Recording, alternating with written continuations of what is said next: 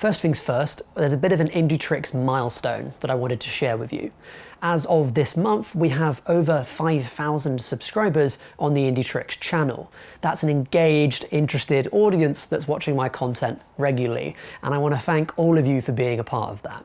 Not only that, but we also got 750,000 lifetime views, which seems kind of wild for something that I started basically as a hobby coming up to almost a decade ago now. If it seems a little strange to you that I have like 750,000 views but only 5,000 subscribers, I gotta tell you that's basically just the nature of criticism, because most people who come to Indietrix are not subscribed to the channel, and they're usually finding the channel through looking for information about a specific film. I knew that would be the case, and I'm kind of fine with that, but there's also a reason why I've been running some of the extra stuff I've been doing on Indietrix to kind of start making this a bit more of a community that's focused on like ongoing content or a particular approach to films, as opposed to just film by film coverage. And that's the topic of the next bit of conversation, but just to say thank you again to everyone who's been here for a super long time period, or people who've come in very recently. And I'd love to hear from you down below in the comments about how long you've been a part of the Indietrix community for. I know that about a fifth of those subscribers joined since summer last year when I posted my How to Make a Video Essay series, which hopefully you'll also be excited to find out is going to have a couple more videos in that series later on. But anyway, let's get on to the next fun thing that I've been up to on Indietrix recently. I launched a podcast, hooray! Yes, like most mediocre white dudes, I decided 2021 was the year to begin my podcast. The Indietrix Podcast is not like a replacement for any of the content on the channel, it's just supplementary to it. It's complementary even sometimes.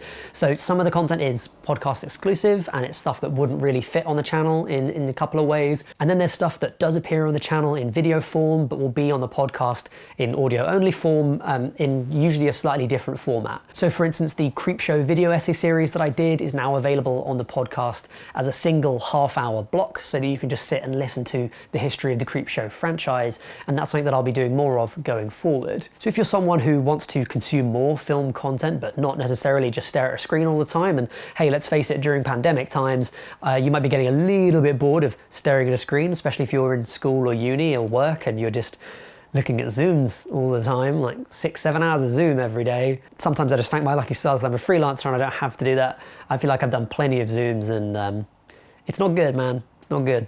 Wait, I've lost my train of thought. Yes, if you're someone who wants to hear audio content about film but doesn't want to go through the rigmarole of finding one of my videos and then, turning off their monitor and just imagining what it would look like, then you can find the Indietrix Podcast basically anywhere where you listen to podcasts. It's on Apple Podcasts, Spotify, Stitcher, and Google Podcasts, and probably at this point other places.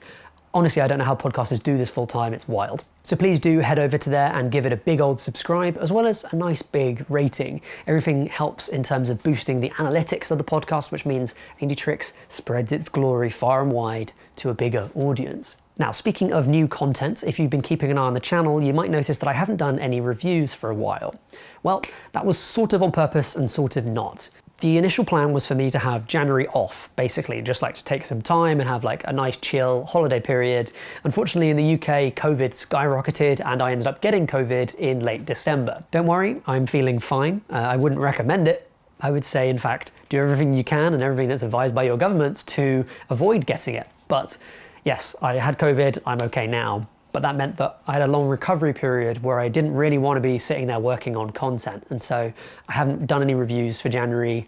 I haven't done many reviews for February. And just for context, it takes basically like a week to 2 weeks for most Indietrix videos. So, that's the lead time on them. And it takes a while to ramp back up after I've started doing them again, which is what I've done now. So you'll start seeing some more content coming out. And hopefully it'll be a wider set of reviews as well. I've started getting more kind of publicity and press contacts, so we can get some screeners out of bigger studios, and hopefully you'll get a more in-depth and more on-time review.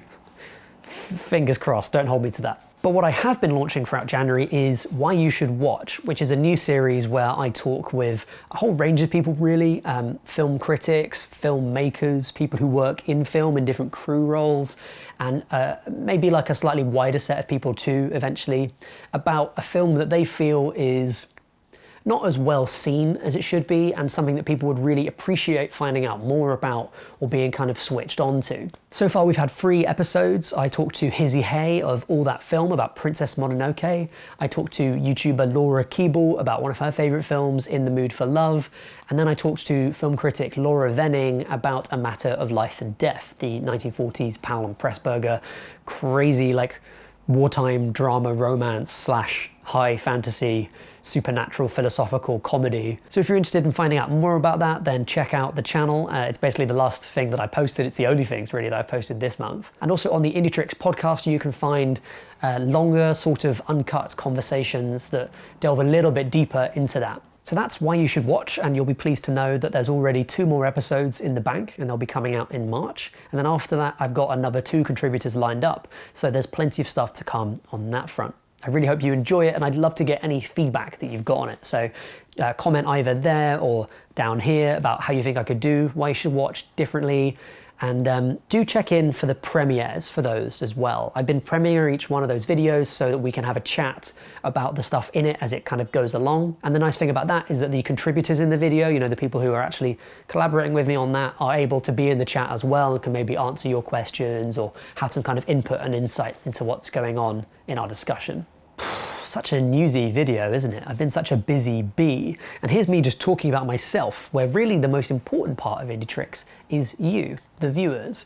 What do you think about what's going on the channel? And that's this part of the video. I wanted to get your thoughts on a little topic that I've been considering. Picture the scene, it's January 1st, I've got a hangover and I'm reflecting on the year that's gone by. I can see that Indietrix is just about to hit that 5,000 subscriber milestone, woo! But that's after a year where cinema's been kind of weird, and in particular I don't think I've seen anywhere near as much as I normally see. I haven't watched as many movies, fundamentally.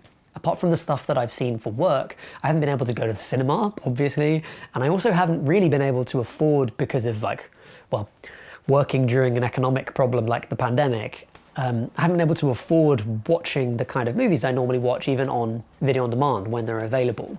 And so I wanted to offer a suggestion. I want to do a video where I look back at a movie that's chosen by Indietrix viewers from 2020 that I didn't review, and I want to talk about that in depth. So if you've got a favourite film from 2020 that I didn't review, let me know in the comments and I will try and get around to doing that. I think it's a fun idea, right? I mean, if you think it's a bad idea, then tell me. And I'm not picky about the movie. It could be something massive. It could be like Wonder Woman 1984, or it could be something tiny like a little indie movie that ended up on Shudder. Let me know your thoughts and we'll have a conversation about it. And I think that's it. I'm hoping that 2021 is going to be a much better year than 2020. Certainly I'm hoping I'll get to go to the cinema a fair amount more than I did in 2020. And I hope that you're doing okay wherever you are as well, and staying safe while we wait out the rest of the pandemic. Oh yeah, and if you feel like it, then subscribe to my Patreon. Give me a Ko-fi. Coffee? I'm still not sure. I got a Ko-fi, by the way, from a couple of people who watched the How to Make a Video essay series, which felt really nice. You know, it feels quite validating. And I know that's kind of a strangely capitalist thing to say, because of course the channel is full of people every day who say hey, good review, I really enjoyed this. But it's wild to have someone actually give me £3 and be like, that was good, bud, thanks. So that's it for our meeting. Let's just go through your action points for this. You could let me know a movie that you want me to review in 2020. You could subscribe and rate the podcast, though you don't have to, obviously. You could go and check out the Why You Should Watch videos, or you could just go and sit in a dark room and get some time away from your screen, maybe read a good book. That's okay too. That's it from me, but as ever, I'm looking forward to having a chat with you guys in the comments below. Have a good one, and I'll see you next time. Bye for now.